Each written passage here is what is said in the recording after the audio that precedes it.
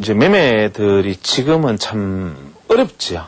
지금 굉장히 어렵고, 지금은 또 시장 안에서 그 뛰어들어 있는 매매자들 자체의 속성이 예전처럼 막무가내가 아니기 때문에, 참 요즘은 저도 보고 있으면 참 답답할 때가 많습니다. 그래서 차라리 속 편하게 시간을 좀 늘려잡고 매매하는 게 좋겠다. 이제는 예전에 시간을 좀 좁혀 잡았다가 좀 늘려잡자. 늘려잡는다는 얘기는 매매의 기회가 그만큼 줄어든다는 것을 의미하잖아요. 그래서 내가 시간을 늘려잡는다, 짧게 잡는다라는 것을 기준을 어디에 두느냐 하면 보통 내가 매매 횟수 유발 빈도입니다.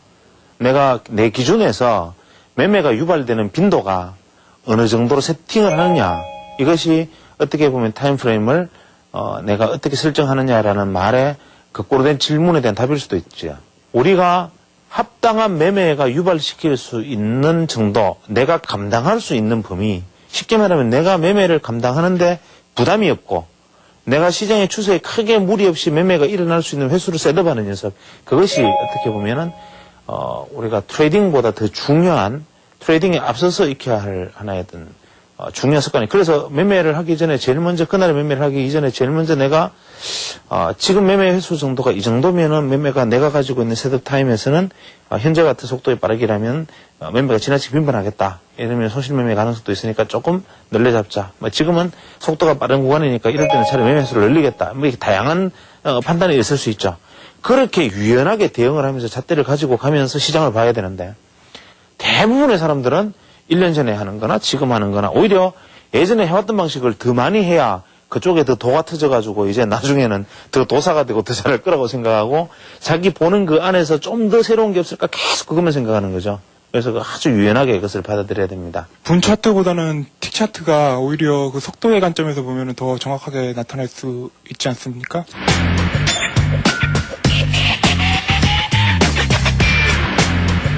만약에 그 매매의 결과, 쉽게 말하면 현재 체결의 강도를 이해하기 위해서는 틱 차트가 그렇게 활용되어지는 것이지요.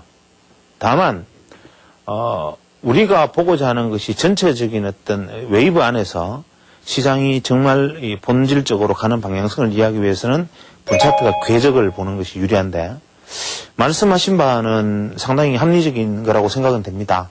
그쪽으로 한번 연구를 해서 좋은 결과가 있으면 저한테 좀 가르쳐 주세요. 저도 저는 원래 틱 차트 활용법에 대해서 별로 그렇게 많이 알고 있지를 못해요. 왜 알고 있지를 못하느냐면 한때는 처음에 틱 차트를 많이 봤죠. 맞는데 틱 차트를 보고 있었을 때 가장 큰 문제는 심리 관리입니다.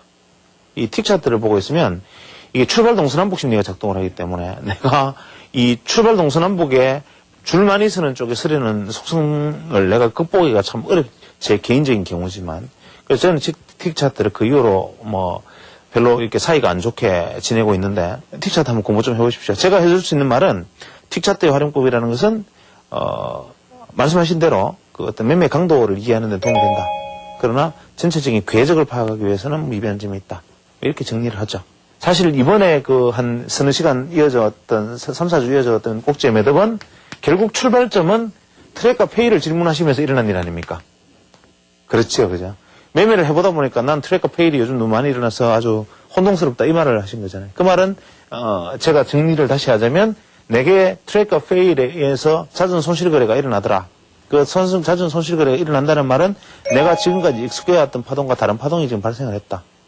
그러면 거기에 대한 대응이 내가 적절치 못했다, 이 말하고 지금 같단 말이죠.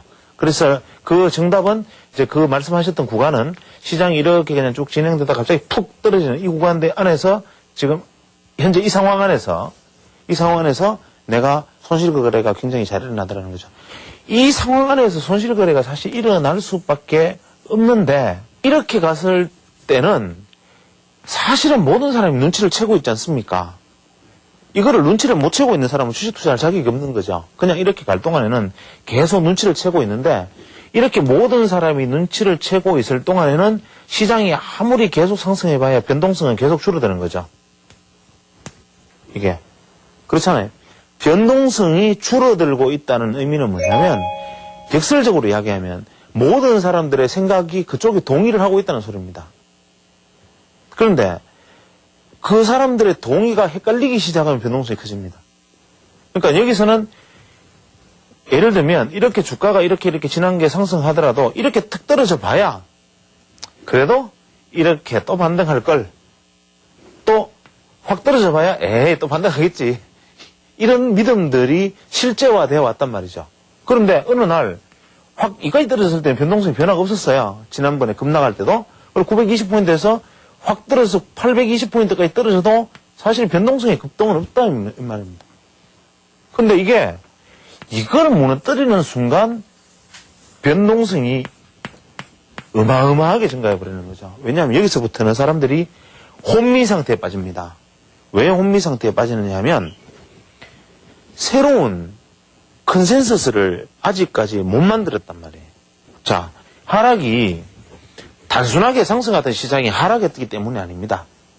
예를 들면 이렇게 상승했던 시장이 갑자기 이 채널을, 보통 이 큰 채널을 딱 무너질 때 보통 이 변동성이 커지죠. 이 안에서는 변동성이 안 커집니다. 근데 채널이 무너질 때 변동성이 커지는 거죠.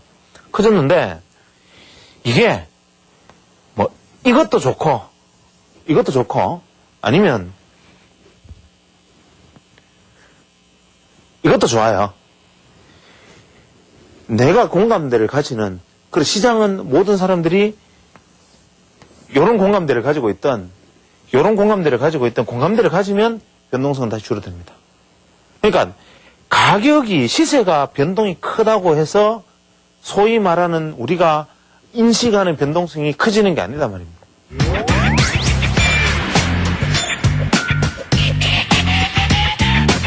주가가 500, 800, 500, 800, 500, 800을 늘뛰기를 한다 가정을 합시다. 그래도 모든 사람이 500, 800, 800은 500 갈 거야, 500에서 800 갈 거야, 이렇게 생각하면 그건 변동성이 떨어져 버린단 말입니다. 그러니까 합의가 된 추세 방향성을 아직까지 확보하지 못하고 있다는 사실, 이게 바로 변동성이 커지는 원인이지요.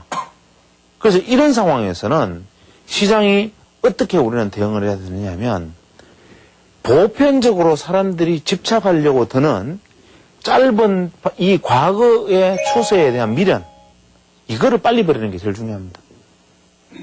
이거에 대한 미련을 가지고 있기 때문에 항상 어리석은 짓들을 합니다. 1번, 고점 대비, 이제 상승폭 대비 33%가 떨어진, 예를 들면 800포인트. 또 2번, 대비 50포인트가 떨어진 700포인트. 숫자는 틀리겠지만, 또 그것도 틀리면 대비 66%가 떨어진 600 몇십 포인트. 이런 쓸데없는 소리들을 하거든요. 또 과거 추세에 이 추세에 대한 단기평, 중기평, 장기평, 초장기평을 기준으로 해서 아직까지 중기평은 지지를 하고 있고, 아직까지 장기이평은 지지를 하고 있고, 아직까지 초장기이평은 지지를 하고 있고, 초장기이평을 지금 현재 회복을 했고, 장기이평을 회복을 했고, 중기이평을 이 저항을 받고, 이 말은 무엇을 의미합니까? 지금 내가 시세를 이야기하고 있는 것은 현재의 시세는 여기 있는데 이 시세를 계속 이 영향권 안에서 생각한단 말이에요. 주식 투자자의 가장 결정적인 오류가 내가 말하는 거의 모든 잣대, 심지어는 이동평균선마저도 이거의 그림자 안에서 내가 바라봅니다. 이거의 그림자 안에서. 그러다 보니 심지어는 어느 정도까지 나아가느냐 하면, 이런 고점에서 피보나치 33%, 50%, 60%, 50%, 33% 선에 피보나치 채널을 꺼가지고 지지를 하네, 저항을 하네, 이런 소리도 하고, 이게 자기 딴에는 딴소리인 것 같지만 이거는 뭡니까? 지난 꼭지점을 기준으로 아직까지 영향을 받고 있는 거예요. 그러니까 우리는 이러한 가격의 높낮이라는 것 자체는 사실 중요한 거 아닙니다.